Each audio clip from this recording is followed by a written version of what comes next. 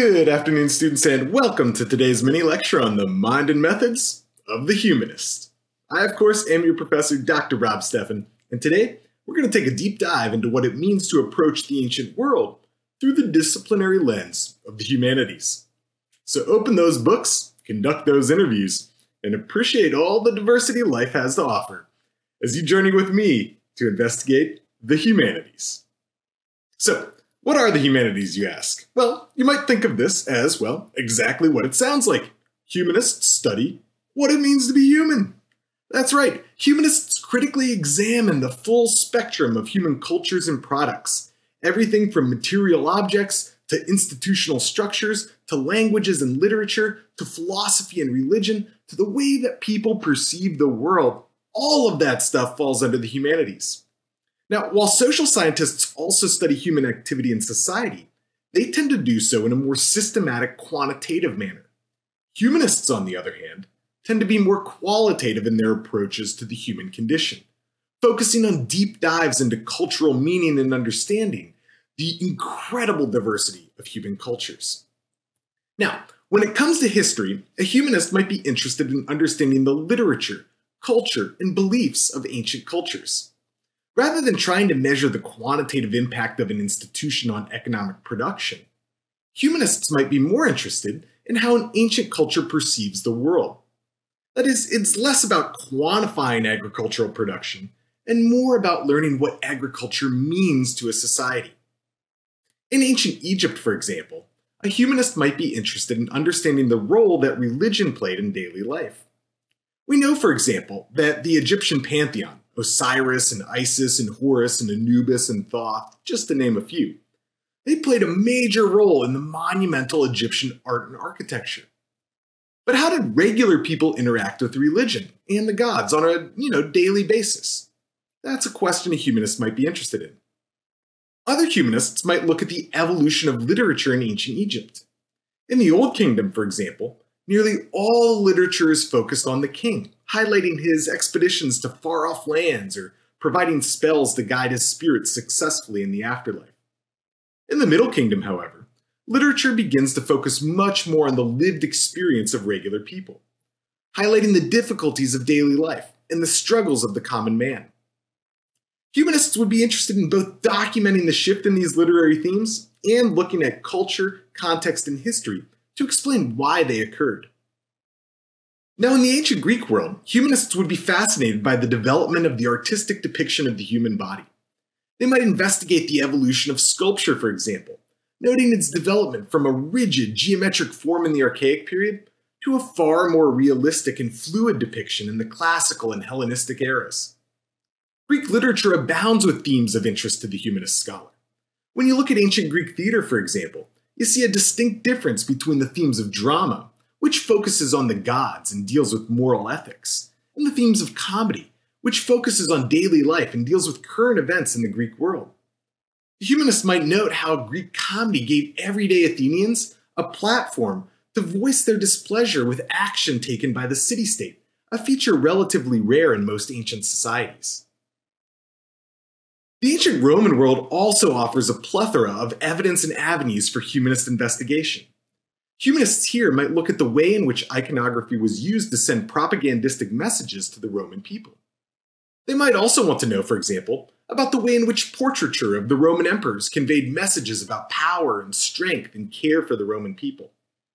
Humanists might also be interested in the way that Latin literature articulates with Roman politics and culture.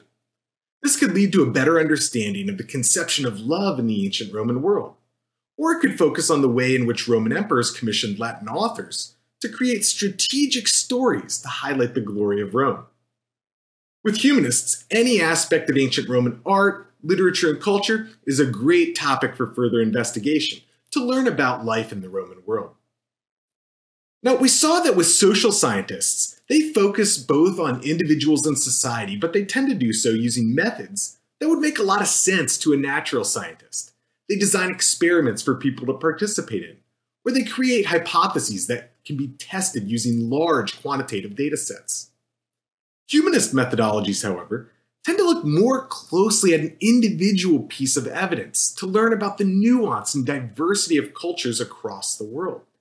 It's not so much about testing hypotheses as it is about close reading and critical analysis, historical and cultural context, and abstract and theoretical reasoning. Let's do a brief comparison on how a social scientist and a humanist might both look at the same type of evidence. And to do this, let's get dark and take a look at the funerary realm. A social scientist might approach funerary evidence, things like grave goods and tombstones and texts about death, in order to derive quantitative information about ancient Greek society. Look at enough graves, and the social scientist could get a sense for the average lifespan in ancient Greece based on skeletal remains, or the level of inequality based on grave goods. A humanist, on the other hand, might be more concerned with the iconography of the tombstone, and what that image says about the values and beliefs, both of the deceased and those who interred him. Humanists often try to dig deeper into nuance, while social scientists try to make broader claims that are a little bit more generalizable. So let's journey to the world of ancient Greece to take a look at this in practice. Some of the most enduring stories from Greco-Roman antiquity are the Homeric epics, the Iliad and the Odyssey. And these tell the tale of the Trojan War, its heroes and their journey home. The entire conflict, however, starts not with war, but with a woman, Helen of Sparta, who's either seduced or abducted, depends on your version of the tale, by Paris, the Prince of Troy.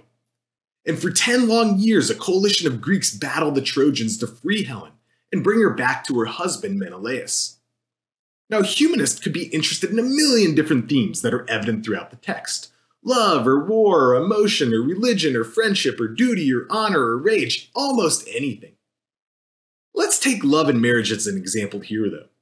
The humanist might look at this whole episode to see what it says about marriage in actual Greek culture. We see in the story that Paris chose Helen not because she was well suited as a wife particularly, but rather because she was the most beautiful. And we see that this sets off a 10-year-long war. So maybe one of the takeaways for the humanist would be that looks aren't the best way to make long-term decisions about love, marriage, and who you date. So humanists help us better situate ourselves within the broader context of humanity as a whole. They teach us about the diverse ways individual cultures have of approaching the world, and they highlight a broad range of human experiences. In doing so, they explore how the multifaceted aspects of each culture, things like ideas and language and art and texts and beliefs, are all interconnected in novel and interesting ways. In short, humanists explore the diversity of human life, both in the past and in the present. And in doing so, they give us a perspective on the future as well. So don't think that being a humanist is just for the poets and painters sitting in their French cafes. It's for everyone who wants to know more about the world in which they live, and to appreciate the incredible creations from cultures across the world.